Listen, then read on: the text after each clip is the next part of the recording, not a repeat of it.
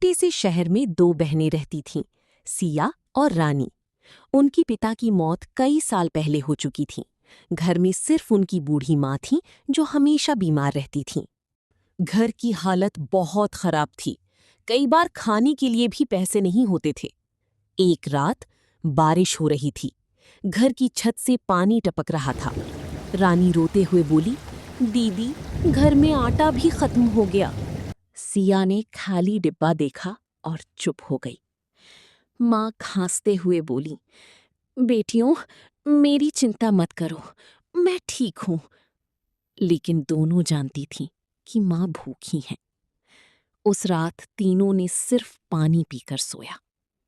अगली सुबह सिया बोली, रानी, अब ऐसे नहीं चलेगा, हमें कुछ बड़ा करना होगा। रानी हैरान रह गई। रानी डरते हुए बोली, लोग क्या कहेंगे लेकिन दीदी? हम करेंगे क्या? लड़कियां चिकन बेचेंगी? सिया ने हिम्मत से सिया कहा, बोली, हम लोगों का अपनी काम चिकन बोलना शॉप है, खोलेंगे। हमारा काम मेहनत करना।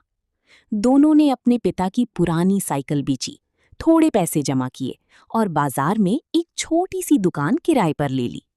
दुकान का नाम रखा सिस्टर चिकन शॉप। पहले दिन पूरा दिन गुजर गया, लेकिन एक भी ग्राहक नहीं आया। पास की दुकान वाले हंसने लगे। एक दुकानदार बोला, अरे बहन जी, ये काम तुमसे नहीं होगा। दूसरा हंसकर बोला, 2 दिन में दुकान बंद हो जाएगी। रानी की आंखों में आंसू आ गए। दीदी, शायद हमने गलती कर दी। सिया ने उसका हाथ पकड़ा। नहीं रानी, मेहनत कभी बेकार नहीं जाती। सिया चिकन काटती अगले दिन और रानी दोनों ग्राहकों सुबह को 4 पैक बजे करके उठी। देती। दुकान साफ धीरे की, धीरे ताज़ा लोगों को चिकन उनकी लाई। दुकान पसंद आने लगी। एक ग्राहक बोला, इनकी दुकान साफ सुथरी है। दूसरा बोला, और दोनों बहुत इज्जत से बात करती हैं। कुछ ही दिनों में दुकान पर भीड़ लगने लगी। लाइन इतनी लंबी हो गई कि लोग नंबर लगाकर खड़े रहते थे। लेकिन बाकी दुकानदारों से ये देखा नहीं गया। एक रात 2 दुकानदार आपस में बात कर रहे थे। इन दोनों की दुकान पर इतनी भीड़ क्यों रहती है? कुछ ना कुछ गड़बड़ जरूर है। अगर ये ऐसे ही चलती रही तो हमारा धंधा बंद हो जाएगा। धीरे धीरे पूरे बाजार में उनके खिलाफ बातें फैलने लगीं। जब भी दोनों बहनें रात को घर लौटतीं, लोग पीछे से ताने मारते, देखो, बड़ी बिजनेस वाली आ गईं। बहुत घमंड है इन्हें। इतने ग्राहक आखिर आते कहाँ से हैं? ये सब सुनकर रानी टूट जाती। एक रात वो रोते हुए बोली, दीदी, हम किसी का बुरा नहीं करते, फिर लोग हमसे इतनी नफरत क्यों करते हैं? सिया की आंखें भी भर आईं, लेकिन उसने मुस्कुराकर कहा, क्योंकि हम मेहनत कर रही हैं और मेहनत करने वालों से लोग जलते हैं। घर पहुंचते ही दोनों सबसे पहले अपनी माँ के पास गईं।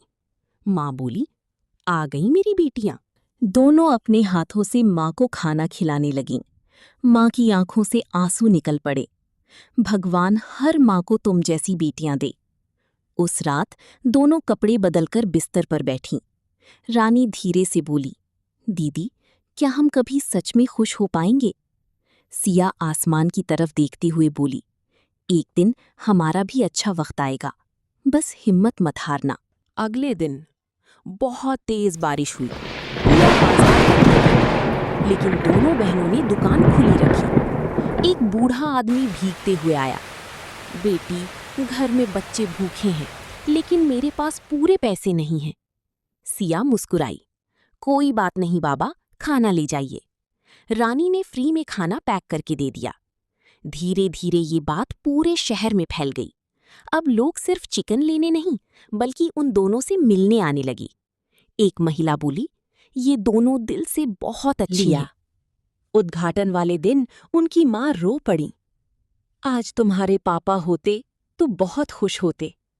सिया और रानी ने माँ को गले लगा लिया और तीनों रोते हुए मुस्कुरा रहे थे।